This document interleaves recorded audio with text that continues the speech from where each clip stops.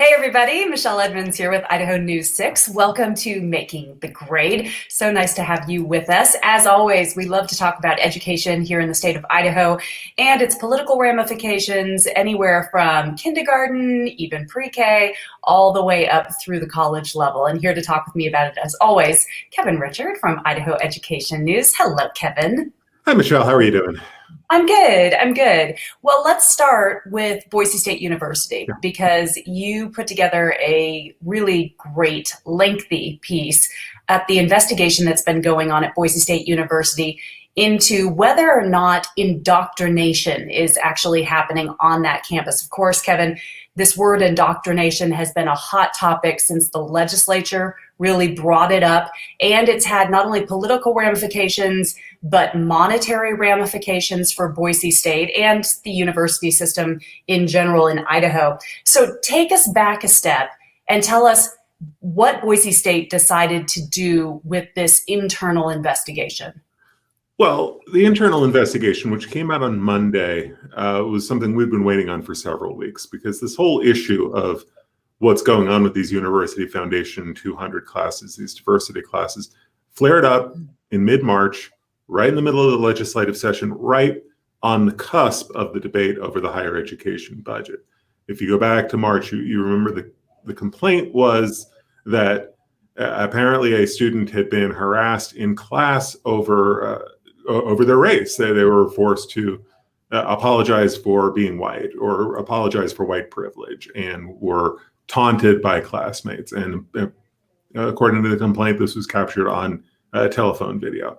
That prompted Boise State to suspend the class, move the class online, and ask Boise law firm Holly Troxel to do an external investigation of the complaint and the courses in general. And the thrust of the report that came out on Monday was that investigators could find nothing to corroborate the original complaint. No sign that a student had been forced to apologize for his or her race.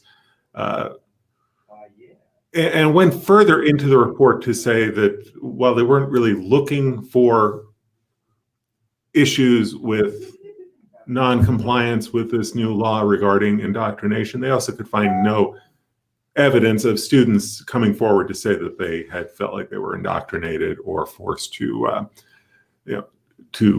adhere to beliefs about race or were exposed to critical race theory. So the report basically it clears Boise State in terms of the most serious allegations of students being harassed for their beliefs or values. When you took a look at the investigation, Kevin, you have a lot of experience kind of looking at this kind of documentation and trying to figure out, did the investigation do all it could? What was your conclusion with how many students they reached out to, how many professors or faculty this investigation was able to talk to? How big was the pool size here from which they were trying to gather their information? The pool was large. The response rate was pretty low. So what the investigators did was they sent out a mass email to every student who took the University Foundation's 200 class last fall and this spring. So here we're talking about 2,800 students in all, because these UF 200 classes, they are a requirement for undergraduate students. So you've got to take one at some point. Like I say, 2,800 students roughly took the class sometime this school year. They received an email saying, if you have complaints, if you have concerns, we'd like to talk to you.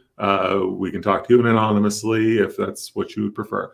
They received responses from about 30 students. So we're really talking about 1% response rate. And, read into that what you will. I mean, you could say that, the firm only talked to the tip of the iceberg. They only talked to 1% of the students, and that's true. But, you reached out to 2,800 students and 99% of the students didn't respond in one manner or another. Does it mean that that these students had no strong opinions one way or the other, no strong concerns one way or the other? Our students, college students are busy. They're doing other things. They're taking care of the classes that they're dealing with right now. So I don't know. I mean, 30 students, and the 30 students that they spoke to, they could find nothing to corroborate the initial complaint. They could find nothing in those interviews with 30 students to suggest that indoctrination is going on. Critics are already jumping on the number of responses that they got from students and saying that this really wasn't a very complete study or a very detailed study. On the other hand, I'm not sure what you can do differently to get more of a student response than what the firm did in the report. So I think that's going to be a talking point in the postmortem about this report. And as for the instructors, I'm not really sure how many instructors they spoke to. It wasn't very clear in the report. As you said, this report has just come out, but what's interesting is that some of the backlash to what happened at Boise State has already come through the political pipeline. So Kevin, back people up, because we now have a new law in the state of Idaho talking about whether or not students are being indoctrinated into some sort of critical race theory. There's now a law in place for that, and there is literally money attached, or in this case, maybe unattached to university, detached from the university because of this topic. So those two things have already happened even before this report came out. Right. The UF 200 controversy, like I say, flared up in mid-March. That's right in the middle of the legislative session. And let's look at what happened at the State House after March 15th. After March 15th, the legislature did finally agree on a higher education budget. That budget included $1.5 million in cuts to Boise State, directly to Boise State, in response to concerns about social justice programs, social justice agendas being pursued on campus. You also had, and you mentioned it, the anti-discrimination, the anti-indoctrination bill turned law that surfaced and passed in the final few weeks of that legislative session. What it basically says is public schools, public universities, they cannot compel students to adopt views on, one race being superior to another, one race being inferior to another. It's really targeting the idea of indoctrination in schools. And the suggestion in the whole debate about this bill was that indoctrination was occurring in the schools. So that's all what's happened at the State House in the weeks since that UF 200 complaint surfaced in mid-March. Now, direct relationship between the two, well, it's hard to prove causation, but it's very clear that there's a correlation here between what happened with the complaint and what happened at the State House. And now you've got Boise State and the other universities trying to figure out how to absorb the cuts. Boise State, as I mentioned, is a $1.5 million cut. They're hoping to absorb it through savings such as savings in travel, which didn't occur as much during the pandemic. Faculty, staff didn't travel as much during the pandemic as most of us did. And there's still the question of how does this new anti-indoctrination law affect university operations? That's still something that the attorneys on the campuses are trying to sort out. Which leads us right to the announcement of the folks who are going to sit on an indoctrination task force. So this issue is nowhere close to being over, even after this investigation was done at Boise State. Tell us a little bit about what's going to happen now at the state level, both on this task force, Kevin, and with the State Board of Education as well. Right. So Lieutenant Governor Janice McGeehan announced her task force, her indoctrination task force, the membership of the task force. That came out last Thursday. The group meets for the first time on Thursday afternoon. So our Blake Jones, who's going to be covering the hearing, the first meeting of this task force on Thursday, who's been, who's been assigned to cover this task force, did a really nice job of sorting out what we do know about some of the members on this task force. And I think the membership has raised some eyebrows. I think people looking at that list of members are wondering, well, who's on this, who's not on this, who's represented, who's not represented. The Idaho Education Association has publicly criticized the makeup of the task force. The IEA said that they asked for representation on the task force, and they were turned down. It's from what we can gather, and from what Blake can gather, and he did a really good job of sorting this out on the fly. It's a pretty conservative group, and it may be fairly closely aligned with Lieutenant Governor McGeehan, who last week announced her campaign for governor, and the co-chair of the task force, State Representative Priscilla Giddings, who has announced her plans to run for lieutenant governor, and in hopes of trying to succeed Janice McGeehan. So this definitely has a political overtone to it, and it's something I'm going to take a closer look at this week leading up to Thursday's hearing. Who's on it, who's on the task force, who's not on the task force, and how are education groups going to participate and or observe this process, because the task force is planning to meet several times in the next few months. Talk a little bit about task forces in particular, Kevin, where these come down. Who gets to decide if there is a task force on a subject? Who gets to lead that task force? Who gets to put the people that they want on the task force? And how does the public get to be involved? Well, there are a lot of questions there. Let's unwrap it back to the last question, which I think people may be most interested in, is the public participation aspect of it. We know this about Thursday's meeting. It will be open to the public. It's running from noon until 5. You can observe, but what we're hearing, what has been announced, is that the task force is not going to take public comment. They're not going to take questions from the public. So the public's role on Thursday, at least, is to listen and observe, and that's the extent of it.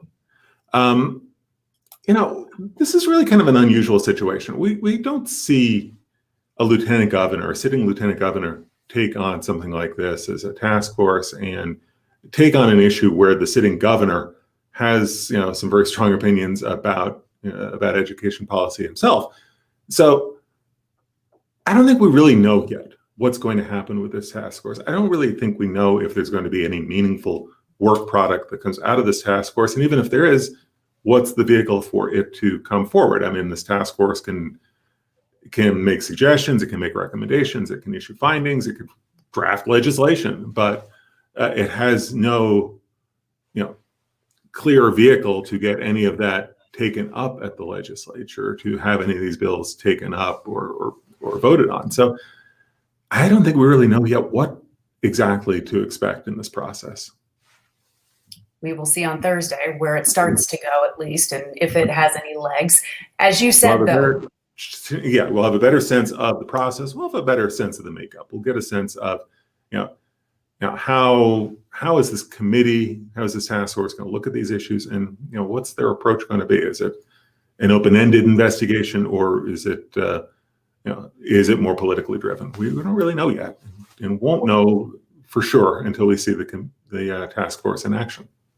Go down the politically driven road with me for a moment, because as you said, the lieutenant governor has made the announcement that she is going to make a run for the governorship.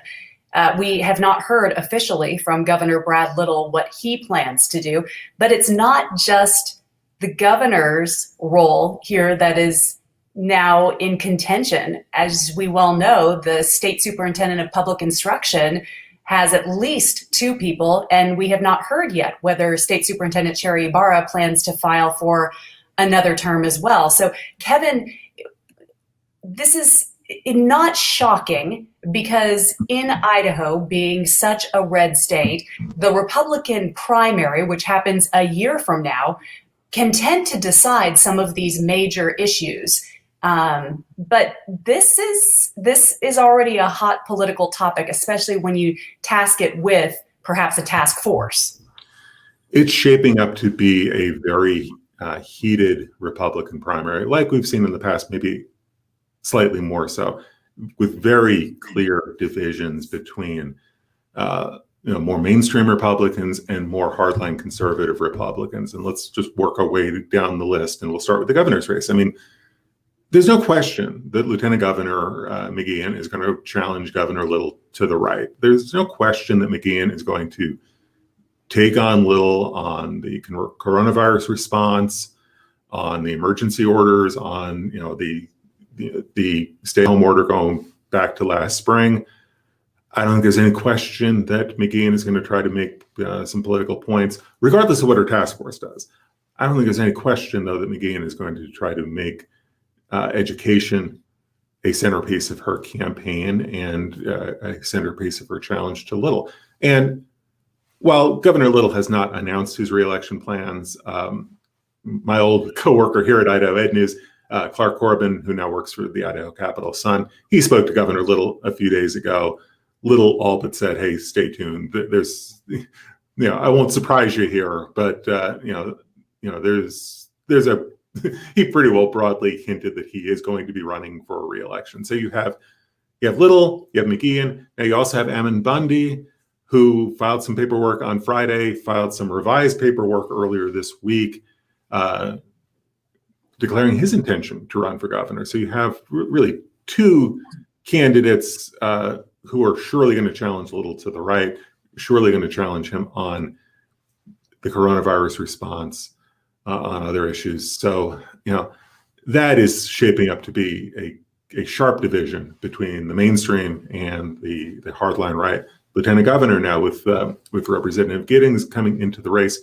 Former State Representative Luke Malik is already in the race on the Republican side. Malik, much more of a moderate Republican than Giddings. And I don't think that race is completely settled yet. I've heard, I think we can expect more names, at least one more name in that race, perhaps in the very near future. So stay tuned. But already you can see that there's going to be a pretty sharp divide between the mainstream and the right wing of the Republican Party. And let's talk about state superintendent. What we know now, not knowing what State Superintendent Ibarra is planning to do, whether she's planning to run for re-election, we know State Board member Debbie Critchfield, she announced a couple of weeks ago, she launched her campaign. She's already raising some money, as we wrote about last week. Critchfield, I think, will run more to the center, more as a moderate Republican. She, has been closely aligned with Governor Little and with the State Board of Education over, the past several years. Brandon Durst, a name that's familiar to a lot of folks in Boise, former Democratic legislator, is running a pretty hardline conservative campaign to this point. He's clearly courting that right-wing vote within the Republican primary and taking on Critchfield and Ibarra, saying that both are status quo candidates and that he offers a difference from the status quo. So 3 races, but the same very sharp ideological divisions within the Republican Party. Does this surprise you, Kevin, to see this happening? This is Idaho Republican politics, and we've seen it for several years. If there's a surprise, Michelle, it's that it's happening so early. And maybe it didn't feel that early. I mean, we are about a year away from the Republican primary. I mean, these races are going to start to take shape. Like I say, I think we'll see more announcements, and we may see more names. Sherry Ibarra is still a big question mark. Brad Little is a small question mark. I think we kind of know where he's going to be. And like I said, the lieutenant governor race, I don't think it's completely settled at this point. So just watch and wait.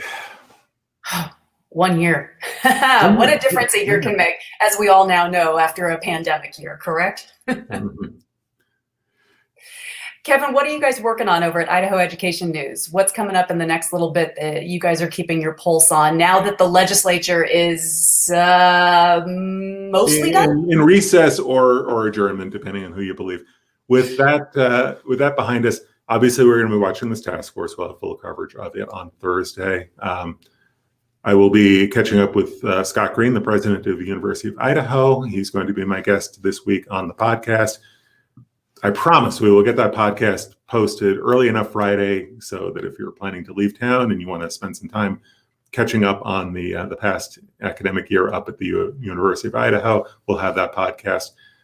I'm also getting a chance to catch up on a project that I've been working on sporadically during the session, looking at enrollment trends during the pandemic in higher education, college enrollment. We know the numbers dropped, continue to drop. We wrote about some of the more recent numbers a couple of weeks back. This is our first phase of a project to look at what are the trends. is this a lasting problem in the higher education sector, or is it a blip caused to a large degree by the pandemic and the economic downturn?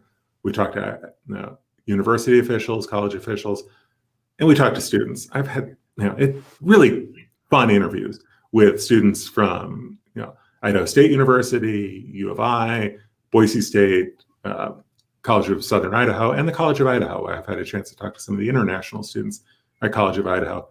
Really, really fascinating interviews, really fun interviews, and we'll have a video component, so you'll get to see some of these students. You can hear them firsthand and see them firsthand. It's been a fun project, and that will launch, we're hoping, mid-June.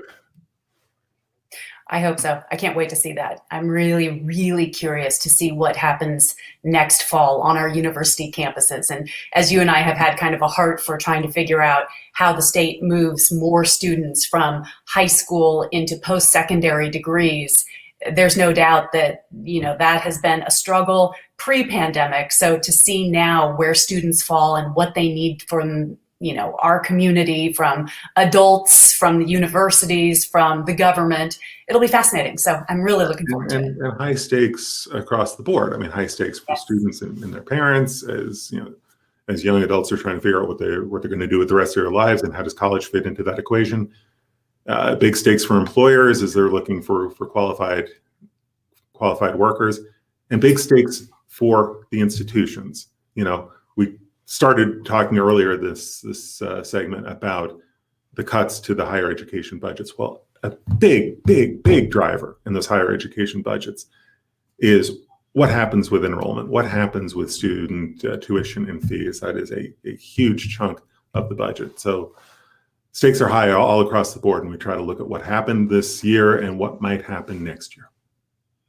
Kevin, thank you for being with us. And I want to just mention, there are so many stories on the Idaho Education News website, idahoednews.org, that you should definitely go out and read. Some really sweet personal stories about students getting to unmask during their music class, which just even seeing the pictures of kids unmasked and singing brought tears to my eyes. And as a choir kid from high school who still sings in choir, hopefully this fall, yes,